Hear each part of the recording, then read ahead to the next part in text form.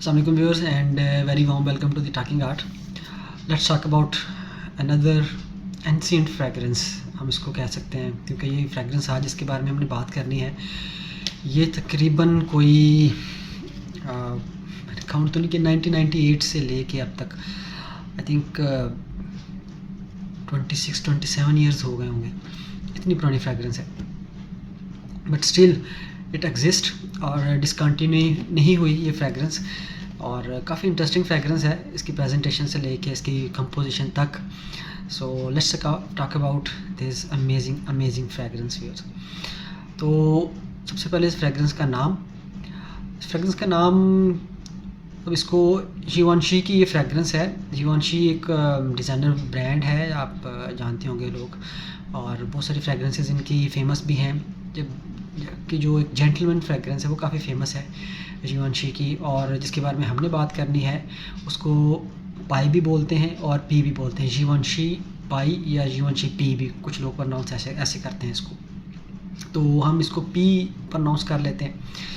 और ये fragrance viewers, अगर हम इसकी प्रेजेंटेशन की बात करें, 1998 में ये फ्रेगरेंस थी वो रिलीज़ हुई, और तब से लेके अब तक जैसे मैंने बताया अभी तक चल रही है। और परफ्यूमर जो हैं अगेन इस बार भी मेरे ख्याल में हम जब वीडियोस जितनी भी हो गई हैं ना, तो इनमें एक अगर हम लिस्ट बनाए ना अल्बर्टो मोरियास की जितनी भी फ्रेगरेंस है तो काफ़ी सारी उसमें होंगी। हम एक अलहदा से मेरे ख्याल में एक लिस्ट बनानी पड़ेगी कि आप देख सकते हैं वहाँ पे अल्बर्टो मोरियास की कितनी फ्रेगरेंसेस जिसके ऊपर हमने रिव्यू किया हुआ है, तो आपको ईजिली मिल जाएंगी। तो ये फ्रेगरेंस को भी अल्बर्टो मोरियास ने ही क्रिएट किया है। और अगर हम इसकी प्रेजेंटेशन की भी बात करें तो उसकी प्रेजेंटेशन काफ़ी ज़्यादा इंटरेस्टिंग है।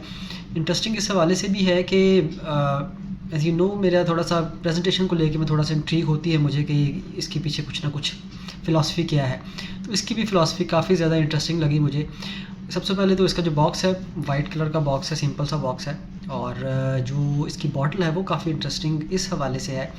एक तो उसका जो है वो शेप उसकी, और उसकी शेप मुझे इस तरह की लगती है जिस तरह के मतलब इजिप्ट में, एंशिएंट इजिप्ट की अगर हम बात करें तो वहाँ पे जो देवता थे और जिनको फ़ेरोज़ भी कहा जाता था, तो उनकी तरह की उनका जो मतलब मुख्तलिफ उनके देवता थे जिसमें एक पेपी भी था, तो शायद उससे इंस्पायर्ड ये फ्रेगरेंस मुझे लगी। इसकी जो अपीयरेंस थी, इसकी जो लुक थी इस फ्रेगरेंस की, वो सिमिलर उसके जो पेपी था उसके जो उसकी अपीयरेंस थी उससे मिलती जुलती ये फ्रेगरेंस, उससे मिलती जुलती लुक है इस फ्रेगरेंस की भी। तो मैं आपको वीडियोस तो नहीं, खैर इसकी पिक्चर में आप दोनों का कंपैरिजन भी देख सकेंगे कि वो किस तरह की दोनों लगते हैं, तो आपको भी एक आइडिया हो जाएगा कि ये फ्रेगरेंस किस तरह की लुक इस बॉटल की किस तरह की लगती है। और उसका जो पेपी नाम है तो उसका भी लास्ट में PEI है, तो इसका नाम भी PI ही रखा गया है, पाई या पी जिसको बोलते हैं। तो इस हवाले से ये उससे इंस्पायर्ड फ्रेगरेंस लगती है।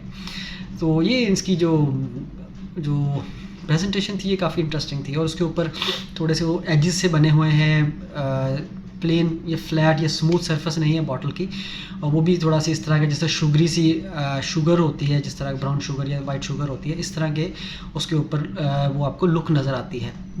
जो बेस है इस फ्रेगरेंस की वो भी पिरामिड की तरह की है, जिस तरह इजिप्ट में एंशिएंट पिरामिड्स हैं वो। तो ओवरऑल मतलब कहाँ से हम इसको इग्नोर करेंगे, तो ये उससे काफ़ी मिलती जुलती फ्रेगरेंस मुझे उस चीज़ से इंस्पायर्ड ये फ्रेगरेंस लगी। जब हम इसकी फ्रेगरेंस को डिफ़ाइन करेंगे आई थिंक आपको उससे भी थोड़ा सा आइडिया हो जाएगा इस फ्रेगरेंस के बारे में कि क्यों उस तरह से उससे इंस्पायर्ड क्यों है। तो अगर हम इसकी सेंट प्रोफाइल की जूस कलर में आपको दिखा देता हूँ, ये मेरे पास इसका एज़ यूजुअल डिकेंट पड़ा हुआ था, ये आप देख सकते हैं। ये इसका कलर लिकोरिश सा कलर है इसका, और इसके जो नोट है उसमें भी ये चीज़ फील होती है। तो खैर ये इसकी प्रेजेंटेशन थी, इसको अप्लाई करते हैं। अगर हम इसका DNA की बात करें तो ये एरोमेटिक सी, स्वीट, वार्म, स्पाइसी, इस तरह की एलमंड, इस तरह की ये फ्रेगरेंस है। ओपनिंग इसकी स्वीट है और वार्म, लिटरली जो शुगर, वाइट शुगर की अगर हम बात करें या ब्राउन शुगर की बात करें, लिटरली जिस तरह की खुशबू होती है उस तरह की स्वीटनेस इसमें फील की जा सकती है। स्टार्टिंग में थोड़े से इसमें सिट्रसी नोट्स भी रहते हैं, और वो बहुत ज़्यादा टाइम के लिए नहीं होते, कपल ऑफ मिनट्स के लिए ही होते हैं, लेकिन उसके बाद आहिस्ता आहिस्ता ये फ्रेगरेंस थोड़ी सी ग्रीन सी होना शुरू हो जाती है ये, और ग्रीन से नोट्स इसमें फील होते हैं, जिस तरह के बेजल लीव्स की खुशबू होती है, न्याज़बो जिसको हम कहते हैं। यहाँ पे ये खुशबू तकरीबन 5 या 10 मिनट के अंदर अंदर ये फ्रेगरेंस की इसमें ये चेंजेस आ रही होती हैं। DNG डोल्चे एंड गबाना द 1 ADP की तरह की खुशबू यहाँ पे फील होती है, जिसकी ओपनिंग है उसमें भी इस तरह के बेजल लीफ की खुशबू ही है, तो ये उसकी याद दिलाती है आपको यहाँ पे।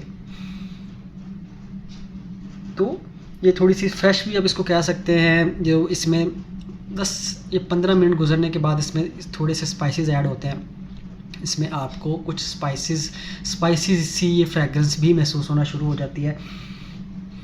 और 10 से 15 मिनट गुजरने के बाद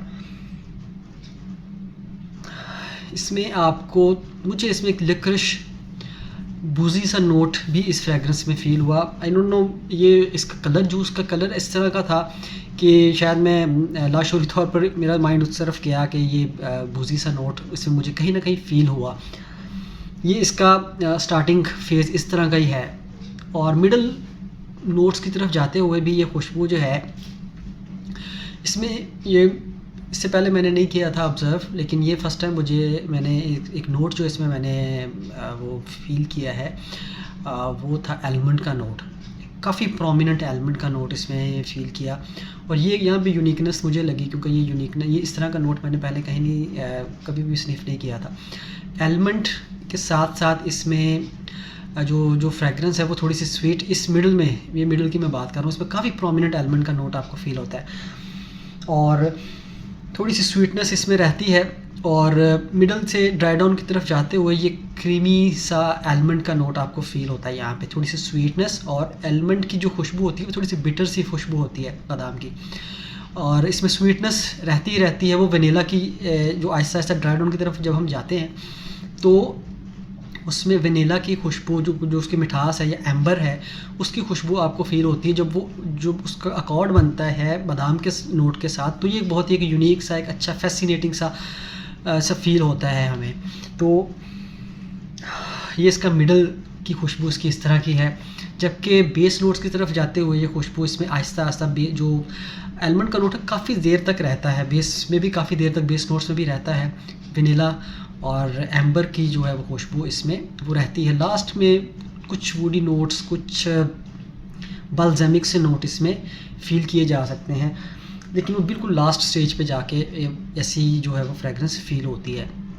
अगर हम इसकी परफॉर्मेंस की बात करें व्यूअर्स, तो स्किन के ऊपर ये खुशबू तकरीबन मेरी स्किन के ऊपर 5 घंटे तक तो लास्ट की है, और तकरीबन मैंने 8 घंटे से ज़्यादा हो चुके हैं मैंने शर्ट के ऊपर अप्लाई की थी, और अभी तक मुझे वो फ़ील हो रही है। तो शर्ट के ऊपर, कपड़ों के ऊपर हम मतलब बीइंग केयरफुल रहते हुए हम कह सकते हैं कि 8 से 10 घंटे इजीली लास्ट करता है ये फैब्रिक के ऊपर भी ये फ्रेगरेंस।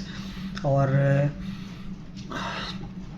अब यहाँ पे इस खुशबू को पूरा डिफ़ाइन कर देने के बाद व्यूअर्स, मैं आपको वो चीज़ जो इसकी प्रेजेंटेशन में भी जो चीज़ आया थी, दैट इज़ स्ट्रॉन्ग, मस्कुलिन, या आप इसको कह लें कि पावरफुल, इंटेंस, स्मूथ, इस तरह की खुशबू ये आपको फ़ील होती है। तो जिस तरह मतलब एक कंकरर हो सकता है, जिस तरह का देवता, या एक कोई बहुत बड़ी पर्सनैलिटी, उसको ये खुशबू शायद उसको सूट करती है, इस तरह की ये खुशबू बनाई गई है। कोल्डर वेदर के लिए, डेट्स के लिए ये बेहतरीन खुशबू है। जिस तरह अभी लकीली मेरे पास जितनी भी वो विंटर रिलेटेड फ्रेगरेंस थी ना, वो मैं सारी कोशिश कर रहा हूँ कि इस विंटर्स में जैसे जैसे विंटर स्टार्ट हो रही है तो इसको हम जो है ना वो आपके साथ शेयर करें, ताकि अगर आपका मूड बन भी जाता है तो इसको आप ट्राई लाजमी करें। यूनिकनेस को अगर हम कहें तो यूनिकनेस इस सेंस में हम कह सकते हैं, जिस तरह मैंने एक बताया कि जो आलमंड का नोट है वो, और उसके साथ साथ ये ज़हन में ज़रूर रखना चाहिए कि 25, 26, 27 ईयर्स ओल्ड फ्रेगरेंस ये है, उस वक़्त अगर ये आई होगी तो अब तो ऑब्वियसली बहुत सारी फ्रेगरेंसेस आ गई हैं, तो इससे सिमिलर बहुत सारी फ्रेगरेंस आपको मिल जाएंगी।